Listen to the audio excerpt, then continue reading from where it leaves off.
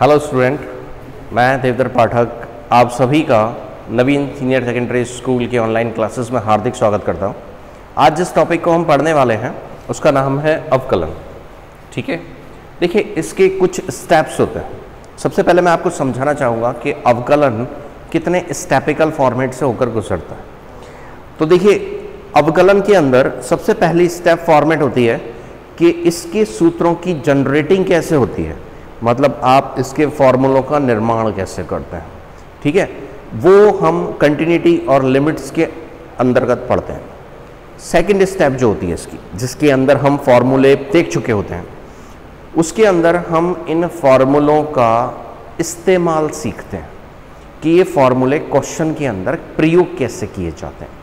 और इसकी तीसरी फॉर्मेट जो होती है वो होती है कि इस अवकलन के अनुप्रयोग क्या होते हैं, यानी इनका हम लाइफ में कहाँ कहाँ और किस किस प्रकार से उपयोग कर सकते हैं। ठीक है, तो मैं आपको आज सेकंड स्टेपिकल फॉर्मेट से समझा रहा हूँ। ठीक है, हम इसकी फर्स्ट स्टेपिकल फॉर्मेट बाद में समझेंगे। आज मैं आपको सबसे पहले समझाने का प्रयास करता हूँ कि अवकलन होता क्या है। ठीक है, वास्तव में जब किसी एक चर का दूसरे चर के सापेक्ष परिवर्तन हो तो उसे हम अवकलन कहते हैं। ठीक है, फॉर एन एग्जाम्पल मान लेते हैं, देखिए ये एक ग्राफिकल फॉर्मेट से समझने का प्रयास कीजिए कि हमारा कोई ग्राफ है किसी फंक्शन का जो इस तरह से ग्रोथ ले रहा है। ठीक है, अब इसकी किसी वैल्यू पर, मतलब मान लीजिए यहाँ x1 पर मुझे वैल्यू y1 मिलती है। ठीक है, तो ये पॉइंट जो होगा ये क्या होगा, x1 y1। इसी तरह मुझे यहाँ किसी वैल्यू x2 पर इसकी वैल्यू y2 मिलती है, then this point is called x2, y2, है ना। तो यहाँ से यहाँ तक जो परिवर्तन है, मैं x के जिस परिवर्तन को स्टडी कर रहा हूँ, if I want to know del x where it is called to x2 minus x1, यानी x में होने वाला परिवर्तन को मैं x2 माइनस x1 लिखूंगा और y में होने वाले परिवर्तन को मैं y2 माइनस y1 लिखूंगा। तो अगर हम y में होने वाले परिवर्तन को x में होने वाले परिवर्तन के सापेक्ष अध्ययन करें तो इसकी ये चेंजिंग रेट यानी परिवर्तन की दर ही वास्तव में अवकलन कहलाती है और इसे हम dy dx से शो करते हैं। ठीक है, यहां d का तात्पर्य है कि ये डिफरेंशिएट हो रहा है, मींस वैल्यू बदल रहा है। ठीक, किसी चेंजिंग रेट से, किसी फॉर्मूले से, किसी डिपेंडेबिलिटी से या किसी खास और निश्चित तरीके से ये अपना स्वरूप बदल रहा है। ठीक है ना, बस वही दर, वो जो चेंजिंग रेट है, बस वही ये अवकलन कहलाती है। फॉर एन एग्जाम्पल, हम लोग किसी रोड पर गाड़ी चलाते हैं। अगर मैं कहूं कि आपने गाड़ी की स्पीड लगातार कम करी तो आपकी गाड़ी चढ़ नहीं सकती, ग्रोथ पीछे आ जाएगी। अगर आपने यूनिफॉर्म स्पीड रखी, यानी एक जैसी स्पीड रखी, आपने तो स्पीड रख दी, तो स्पीड धीरे धीरे धीरे धीरे स्लो होती चली जाएगी, क्योंकि ग्रेविटेशनल फोर्स यानी गुरुत्वाकर्षण काम करेगा। लेकिन अगर आप स्पीड लगातार बढ़ाते चले गए, अब समझिए इस बात को कि हमने यहां ले ली स्पीड, अब आप स्पीड बढ़ा रहे हैं, यहां टाइम है, यहां ये वेलोसिटी है, ये टाइम है। ठीक है, आप स्पीड बढ़ा रहे हैं टाइम के अकॉर्डिंग, यानी मान लेते हैं t1 टाइमिंग पर आपकी वेलोसिटी यानी वेग v1 था और आगे जाकर t2 टाइमिंग पर आपकी वेलोसिटी v2 हो गई। तो वेग में जो परिवर्तन हुआ वो तो हो गया v2 माइनस v1, और जो समय में परिवर्तन हो गया वो हो गया t2 माइनस t1। और अगर मैं कहूं कि मैं del v upon del t निकालना चाहता हूं तो ये v2 minus v1 upon t2 minus t1 होगा, और इसी को हम dv अपॉन dt कहते हैं, जिसे हम त्वरण के नाम से जानते हैं, है ना। ये वास्तव में वेग में परिवर्तन होता है समय के सापेक्ष, और यही वेग का अवकलन भी कहलाता है समय के सापेक्ष। तो उम्मीद करूँ ये आपको समझ में आया कि इसका तात्पर्य क्या है। बहुत से लोग समझाते हैं कि अवकलन का तात्पर्य है घटना, ये वास्तव में घटना नहीं है। तो जो घटना नहीं है तो वो बढ़ना भी नहीं है। तो इसका तात्पर्य क्या है? इसका तात्पर्य है सिर्फ एक चीज की चेंजिंग रेट को दूसरी चीज की चेंजिंग रेट के रेस्पेक्ट में स्टडी करना। फिर वो बढ़ भी सकती है, घट भी सकती है, इक्वल भी रह सकती है। ठीक है, अब हम बात करते हैं इसकी कि इसके अंदर हम फॉर्मूले कौन से यूज करते हैं। देखिए इसके अंदर इस्तेमाल होने वाले फॉर्मूले मैं सबसे पहले यहां लिख कर दिखा रहा हूं, ठीक है। तो फॉर्मेशन में उनके फॉर्मूले लिखते समय उनका प्रयोग सूत्रों में वो भी समझाऊंगा। जैसे हम पहला फॉर्मूला लिखते हैं, तो हम लिखते हैं D by D x of X की power n is equal to n X की पावर n माइनस 1। यहां n अचर यानी कांस्टेंट होता है, ठीक है, ये अचर है, कांस्टेंट फिगर। अब कांस्टेंट फिगर से तात्पर्य क्या है? इसका मतलब है कि अगर x की पावर x आया तो अब इस फॉर्मूले का इस्तेमाल ना करें। क्यों? क्योंकि यहां आपका n अचर नहीं रहा, ये चर हो गया, it is variable not a constant. इसलिए अगर ऐसी फॉर्मेट हो तो इस सूत्र का इस्तेमाल ना करें। तो बोला सर फिर कब करें? तो इसका इस्तेमाल कब करें? जैसे x की पावर 5, अब यहां देखो ये अचर है, तो इस सूत्र का इस्तेमाल कर देंगे। तो क्या करेंगे कि 5 को आगे ले आएंगे, तो ये 5 इसका हमने अवकलन किया, तो 5 तो आगे आ गया और हमने इस 5 में से घटा दिया, यानी 5x4। क्लियर? उम्मीद करूं ये चीज समझ में आए, ठीक है। फिर सेकंड हम लेते हैं। सेकंड के अंदर हम लिखेंगे D by D x of X की पावर अंडर रूट एक्स, ठीक है। हालांकि इसका फॉर्मूला इसी पर डिपेंड होता है, लेकिन बाद में हम शॉर्टकट याद करने के लिए इसे फॉर्मूला समझ के याद कर लेते हैं, और इसे हम लिखते हैं 1/2 अंडर रूट एक्स। आप चाहे तो इसको इसी फॉर्मेट से सॉल्व करके देख सकते हैं, यही आपको प्राप्त होगा, ठीक है। जहां अंडर रूट एक्स का मतलब है एक्स की पावर 1/2, ठीक है। फिर नंबर 3 हम पढ़ते हैं D by D x of 1/x, इसे हम लिखते हैं -1/x², ठीक है। अब नंबर 4, ठीक है। जब आप ये 3 स्टडी कर लेते हैं, फिर हम आते हैं नंबर 4 पर। नंबर 4 क्या होता है?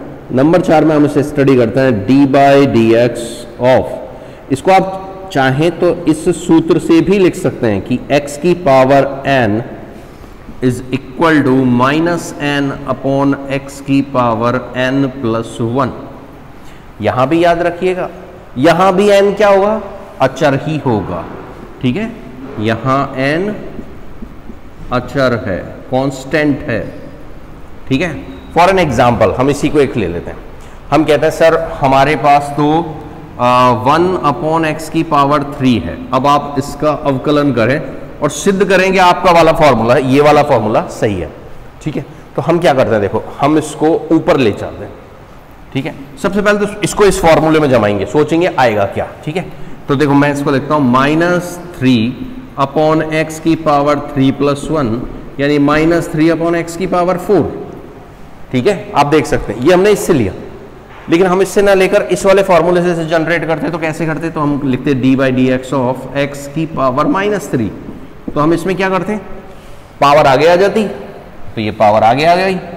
फिर हमने क्या किया, पावर में से 1 माइनस किया, तो पावर में से 1 माइनस किया, देन इट इज -3 एक्स की पावर -4। इसे नीचे ले जाइए तो -3/x की पावर 4। आप देख सकते हैं दोनों वैल्यूज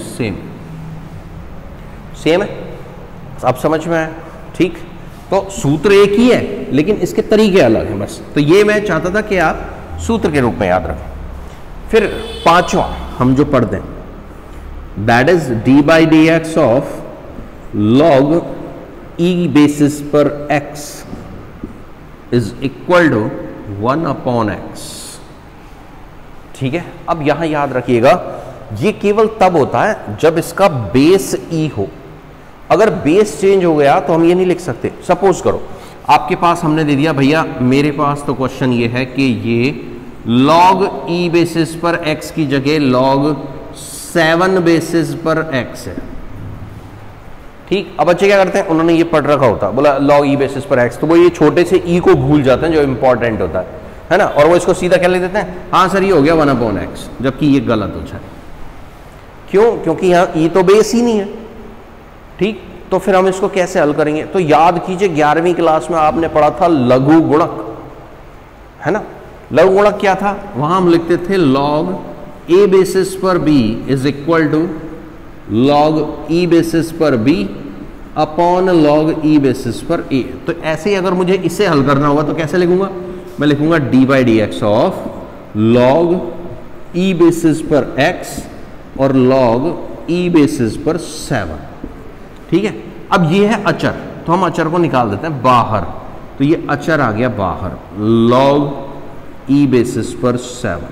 तो मेरे पास क्या बचेगा? अब मेरे पास बचेगा log e बेसिस पर x। देख सकते हैं, ठीक है, ये बचा ना मेरे पास। तो मैं क्या करूंगा? अब यहां ये वाला सूत्र मैं लगा सकता हूं। तो जब मैं यहां पर ये वाला सूत्र लगाऊंगा तो ये बन जाएगा 1 अपॉन log e बेसिस पर 7 इंटू 1 अपॉन x। मल्टीप्लाई करा दीजिए, दैट्स योर आंसर कि x log e बेसिस पर 7।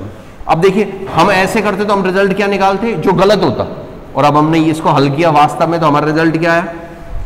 ठीक है ना। तो ये याद रखिएगा, ये छोटी छोटी गलतियां होती हैं, इसलिए सूत्र को जब भी पढ़ें बड़े ध्यान और धैर्य के साथ पढ़ें। ठीक, अब इसके आगे की बात करते हैं।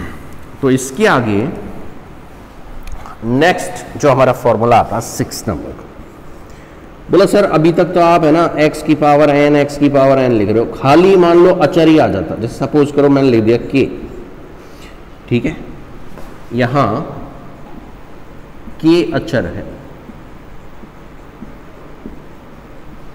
जैसे सर खाली अचर ही आ जाए, कांस्टेंट ही आ जाए, तब क्या करेंगे? तो खाली कांस्टेंट का डिफरेंशिएशन 0 होता। क्यों? अरे भैया कांस्टेंट में ना तो वृद्धि होगी ना घटाव होगा, वो तो कांस्टेंट है, सीधा परिवर्तन ही नहीं होगा। तो परिवर्तन की दर कहां से आएगी? इसलिए कांस्टेंट का हमेशा 0 हो जाता। जैसे सपोज करो कोई आपसे कहे कि भाई आप अवकलन कीजिए sin π/2 का, लेकिन ये क्या है? ये तो कांस्टेंट है ना। तो कांस्टेंट है तो इसका डिफरेंशिएशन क्या हो जाएगा? हम लिखेंगे इसका डिफरेंशिएशन 0। ठीक है, अब इसके बाद मान लीजिए ये हो गए हमारे 6 फॉर्मूलेस। ठीक है, अब मैं इन्हें रेज करता हूं जिससे अगले लिखें। अब इसके बाद हम लेते हैं फॉर्मूला नंबर 7। फॉर्मूला 7 में क्या है कि हम लिखते हैं d by D x of, अब ये तो था कांस्टेंट। अच्छा, खाली x होता तो क्या करते? तो इसको शॉर्टकट में याद रख लो कि इसको ये होता है 1। आप चाहो तो x की पावर n वाले से सॉल्व करके भी देख लेना, 1 ही आएगा।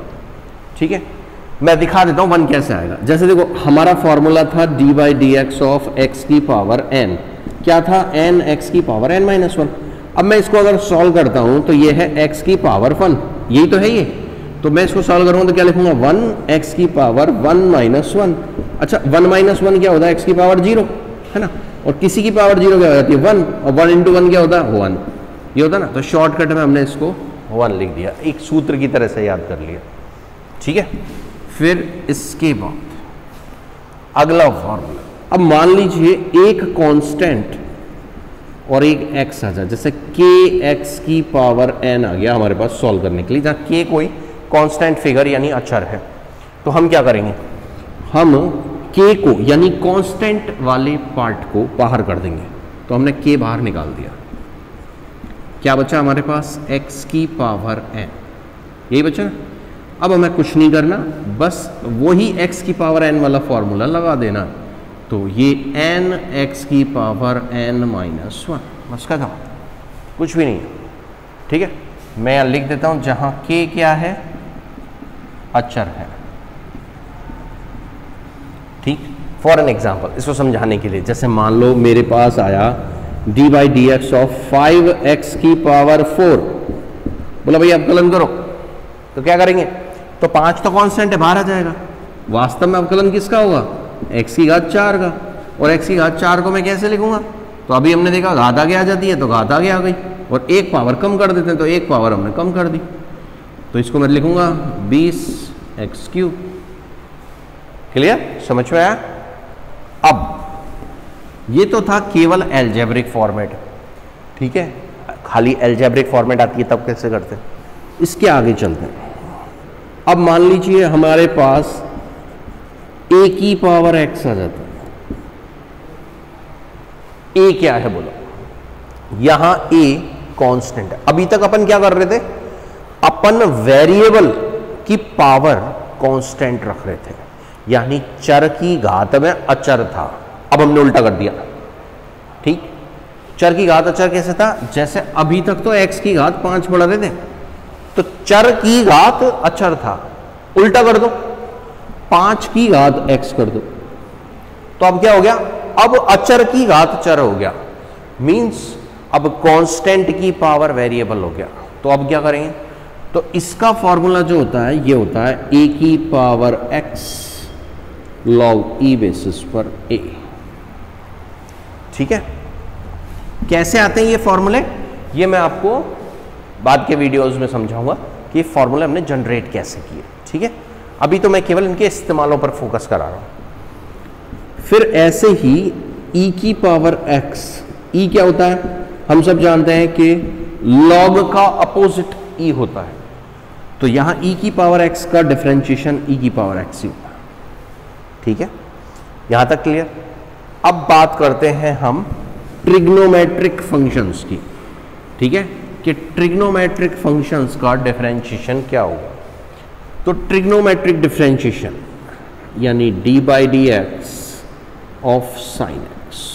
अच्छा याद करिए ट्रिग्नोमेट्रिक फंक्शन हमारे कौन कौन से होते हैं। तो ट्रिग्नोमेट्रिक फंक्शन हमारे पास 6 होते हैं, जिनमें से 3 तो मेन होते हैं और 3 उनके व्युत्पन्न होते हैं, ठीक है।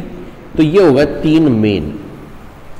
अब इनके डिफरेंशिएशन हम देखें तो क्या आएगा, तो साइन एक्स का डिफरेंशिएशन आता है कॉस एक्स, इसका माइनस साइन एक्स, इसका सेक स्क्वायर एक्स, ठीक है। फिर हमारे पास नेक्स्ट जो 3 होते हैं वो कौन कौन से होते हैं, तो नेक्स्ट 3 जो हमारे पास होते हैं वो होते हैं कॉट एक्स, सेक एक्स और कॉसेक एक्स, ठीक है। इसका डिफरेंशिएशन होता है माइनस कॉसेक स्क्वायर एक्स, इसका होता है सेक एक्स टेन एक्स और इसका होता है minus cosec x cot x. अच्छा यहां देखिए जो ट्रिग्नोमेट्रिक फंक्शन c से शुरू हो रहे हैं, जैसे ये c से शुरू हो रहा है, ये c से शुरू हो रहा है, ये c से शुरू हो रहा है, उन सभी के डिफरेंशिएशन नेगेटिव हो रहे हैं। आप देख सकते हैं नेगेटिव हो रहा है, ठीक है। ये याद रखने का पॉइंट है जिससे आपको ये चीज याद रहेगी, ठीक है। तो अब इसके अंदर मैं आपको एक चीज समझाना चाहूंगा। मान लीजिए आपको साइन एक्स का डिफरेंशिएशन दिया कॉस एक्स, तो आप सबने बड़े आसानी से लिख दिया सर कॉस एक्स आ गया। लेकिन अगर आपको डिफरेंशिएशन देते साइन 2x का, तो ये थोड़ी कि अब इसका फॉर्मूला नया बनेगा साहब, तो हम इस पर कैसे वर्क करेंगे। तो हम क्या करते हैं 2x को थोड़ी देर के लिए y मान लेते हैं, है ना। तो या ऐसा करो कि हम इमेजिनरी में मान लो, इमेजिन में मान लो कि हमने y मान लिया। तो सबसे पहले इसमें क्या होता है कि हम आउटर वाले पार्ट का डिफरेंशिएशन करते हैं, इनर वाले पार्ट का नहीं। तो इनर वाले पार्ट को हम कुछ मान लेते हैं, तो हम क्या करते हैं कि ये 2x को कैपिटल X मान लेते हैं। तो मैं इसको लिख सकता हूं D by D x of sine x, है ना। और साइन एक्स का डिफरेंशिएशन हमने क्या पढ़ा, अभी हमने पढ़ा साइन एक्स का डिफरेंशिएशन कॉस एक्स। तो अब हम किस, ये तो हमने आउटर वाले पार्ट का किया ना डिफरेंशिएशन, तो इनर वाला पार्ट कौन सा रह गया, इनर वाला रह गया ये x। तो अब हम इस x का डिफरेंशिएशन करेंगे और वास्तव में इस x का डिफरेंशिएशन करें तो x की वैल्यू पुट करते हैं, तो x की वैल्यू हम यहां रखेंगे तो ये तो 2x और यहां भी रखेंगे तो 2x। अच्छा अभी मैंने आपको सिखाया था ये कि ये ऐसे वाले को हम कैसे सॉल्व करते हैं।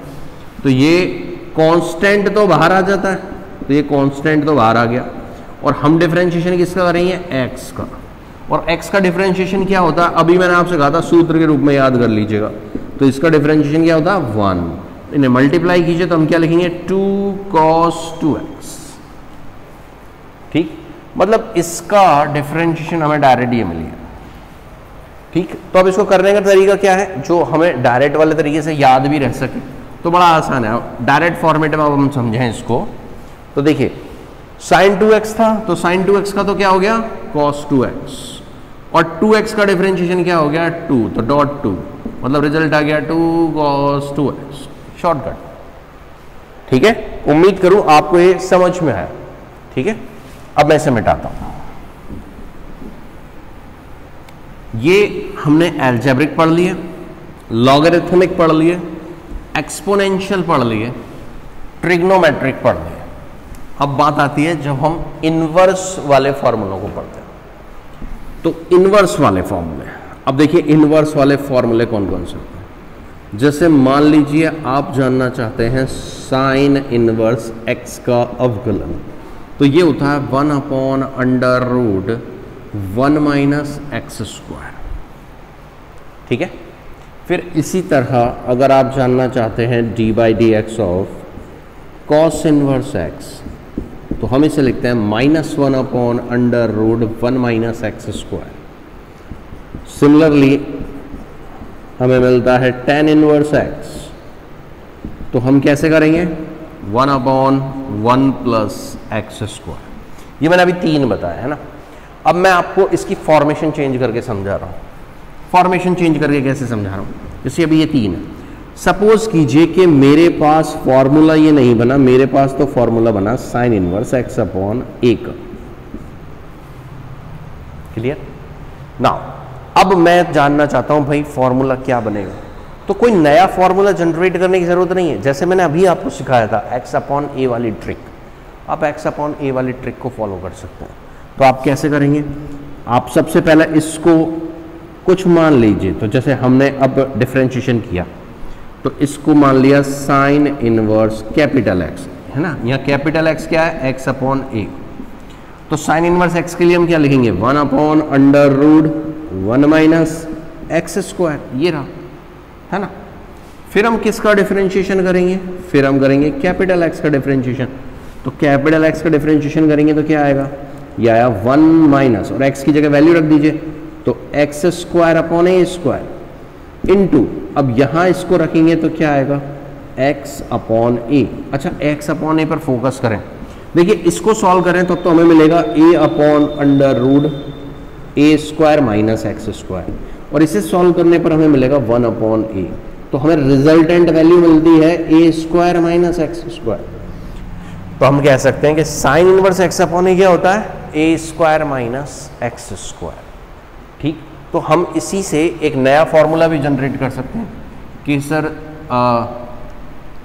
d/dx of sine inverse x upon a is equal to, क्या लिखेंगे 1 upon √a square minus x square. ऐसे ही अगर आप ये वाला भी लिखते ना d/dx of cos inverse x upon a, तो इसमें भी फॉर्मेशन चेंज हो जाती है, और ये सेम ऐसे आता है -1 upon √a square minus x square. Clear, उम्मीद करूँ आपको ये चीज़ समझ में आई। ठीक, अब बस आपको कुछ नहीं करना, अब यहाँ मैं ये जितने भी फॉर्मूले बना रहा हूँ उन सभी में x की जगह x अपॉन a रख के देखिएगा, तो जैसे ही 6 फॉर्मूले मैं इसके लिख रहा हूँ, आपको 6 फॉर्मूले नए इसके भी प्राप्त हो जाएंगे। ठीक है, अपने आप आपको मिल जाएंगे, आप खुद जनरेट कर पाएंगे, मेरी आवश्यकता नहीं होगी। ठीक, फिर बात करते हैं नेक्स्ट की। अब 3 फंक्शन बच गए हमारे पास, तो अब आता है कॉट इनवर्स x। तो जब tan इनवर्स ये होता है तो इसी में माइनस लगा दीजिए, आपको ये मिल जाएगा। फिर नेक्स्ट लेते हैं, जैसे sec इनवर्स x, इसे हम लिखते हैं 1 upon x √x square minus 1, और नेक्स्ट वन को हम लेते हैं cosec इनवर्स x -1 अपॉन, ये आपके इनवर्टिकल फॉर्मूलेस होते हैं। ये 3 तो बेसिक होते हैं, और ये 3 इनके व्युत्पन्नों से जनरेट होते हैं। ठीक है, ये आपके फॉर्मूले थे जो हमने अब तक 12th क्लास में आपको काम आते हैं और हमें स्टडी करते हैं। इसके साथ ही साथ अवकलन के कुछ फॉर्मूले आपको पुराने भी याद होने चाहिए जो आपने 11th क्लास के अंदर स्टडी किए थे, ठीक है। वो कौन कौन से थे वो भी मैं आपको बता देता हूँ।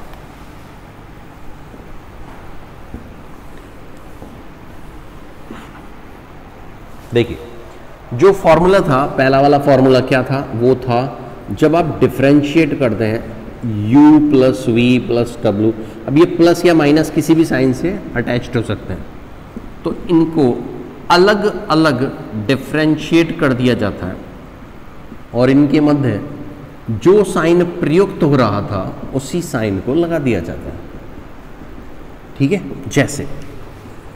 जैसे मैं इसे समझाने की कोशिश करता हूँ इससे, जैसे सपोज कीजिए मैंने आपको लिख दिया x की power 5 plus sine X plus E की पावर x, है ना। इसको माइनस में ले लेते हैं जिससे प्लस और माइनस दोनों ही आ गए, मैं आपको दोनों समझा पाऊंगा। तो हमको क्या करना है, हमको अलग अलग अवकलन करना है इनका। जैसे x की पावर 5 पहला पद आ गया, फिर इन दोनों के बीच में प्लस था तो मैंने प्लस लगा दिया, फिर ये साइन x का अवकलन हो गया, फिर इनके बीच में माइनस था तो मैंने माइनस लगा दिया, और फिर ये e की पावर x का अवकलन हो गया। अब इसका अवकलन आएगा 5x की घात 4,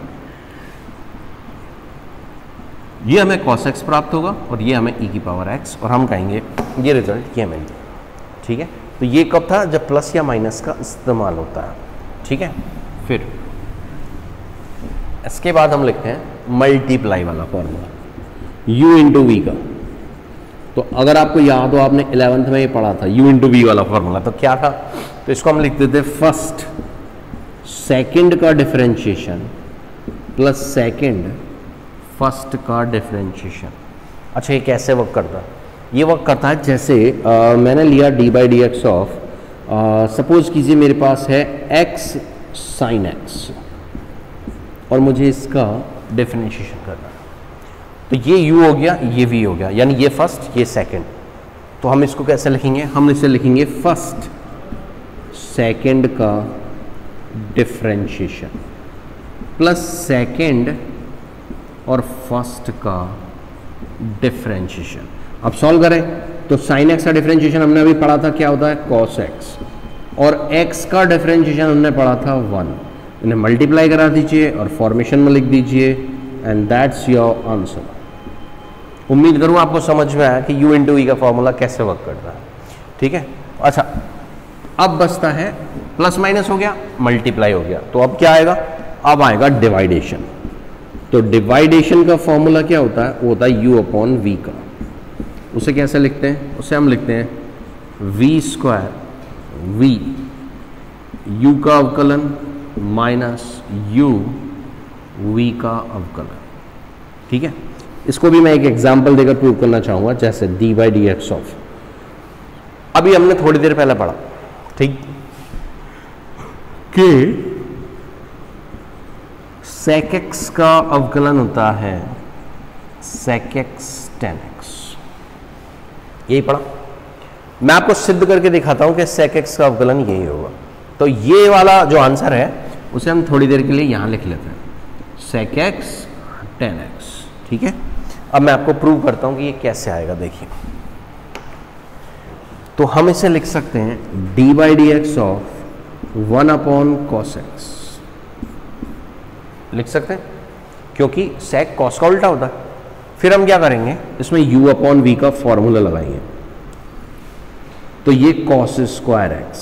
अब आप फॉर्मूले पर फोकस कीजिएगा, देखिए नीचे वाले का स्क्वायर तो नीचे वाले का स्क्वायर, फिर क्या था, ये नीचे वाला पद, तो हम यहाँ लिखेंगे नीचे वाला पद, ये cos x। फिर क्या था, ऊपर वाले का अवकलन, है ना, तो हम ऊपर हमारे पास है 1, तो हम लिखेंगे 1 का अवकलन माइनस, फिर क्या था, फिर था ये u ऊपर वाला, तो हमारे पास ऊपर वाला है 1। फिर हम क्या करेंगे, फिर हम अवकलन करेंगे, किसका करेंगे, तो यहाँ किसका हुआ था, नीचे वाले का अवकलन यानी v का, तो हमारे पास नीचे वाला कौन है, cos x, तो हम इसका अवकलन करेंगे cos x। अब हम इसे सॉल्व करते हैं। अब हमने अभी पढ़ा कि अचर एक क्या है, अचर है, और अचर का अवकलन क्या होता था, अभी पढ़ा था हमने 0। तो ये हो जाएगा 0 और 0 इससे मल्टीप्लाई होगा तो रिजल्ट भी 0, तो यहां तो हो गया 0 माइनस 1।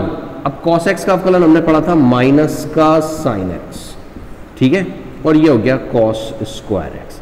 तो देखिए जब ये माइनस का साइन एक्स -1 से मल्टीप्लाई होगा तो प्लस का साइन एक्स आ जाएगा, ये आ गया प्लस का साइन एक्स। अब नीचे है कॉस स्क्वायर एक्स, इसको मैं लिख सकता हूं ऐसे, देखिए एक कॉस बाहर निकाल देता हूं, यानी एक कॉस इधर साइड में ले लेता हूं, एक कॉस एक्स, तो ये बच जाएगा sine x upon cos x, ऐसे लिख सकते हैं इसको। और हम जानते हैं 1 अपॉन कॉस एक्स क्या होता है, बताइए ये क्या होगा, ये तो आप कहेंगे सर ये तो होता है सेक एक्स, और मैं कहूँगा ये क्या होगा, तो आप कहेंगे सर ये होता है टेन एक्स। और आप देख सकते हैं यही हमारा फॉर्मूला जो हम लेकर आए रिजल्ट। तो उम्मीद करूँ आपको ये चीज़ समझ में आई, ठीक है। ये हम वैसे भी 11th में पढ़ चुके हैं ये, और हमने इसको बस ये दिखाया, ठीक है। तो उम्मीद करूँ आपको ये समझ में आई, ठीक है। मैं इसको इरेज कर दूँ। अब इससे पहले कि हम अगले सीन पर आगे चलें, मैं आपको एक चीज़ समझाना चाहूँगा। अवकलन का आधार होता है इसके सूत्र। अगर आपको इसके सूत्र याद हैं तो आप इसमें बहुत अच्छा कर सकते हैं, अगर आपको सूत्र याद नहीं है तो आप नहीं कर पाएंगे। आप सभी जानते हैं बेटा मैथ्स सूत्रों पर डिपेंड है। सूत्र उन गोलियों की तरह जिनके बिना आप युद्ध नहीं लड़ सकते। खाली बंदूक लेकर क्या करेंगे? बंदूक का मतलब है, यहाँ बंदूक होता है सवाल को हल करने का तरीका, और गोलियाँ होती हैं सूत्र। दोनों ही आवश्यक हैं, दोनों एक दूसरे के साथ ही हैं। तरीका तब तक काम नहीं करेगा जब तक सूत्र याद ना हो, और केवल सूत्र काम नहीं करेगा अगर तरीका ना हो। तो आपको दोनों से समन्वय करके चलना है। तो उम्मीद करूं कि अगले वीडियोस तक आप इन सभी फॉर्मूलों को याद कर लेंगे बेहतर रूप से, जिससे हम आगे बढ़ सकें और इनको हल करने का प्रयत्न कर सकें। ठीक, आप सभी का अपना समय देने के लिए बहुत बहुत धन्यवाद। Thank you.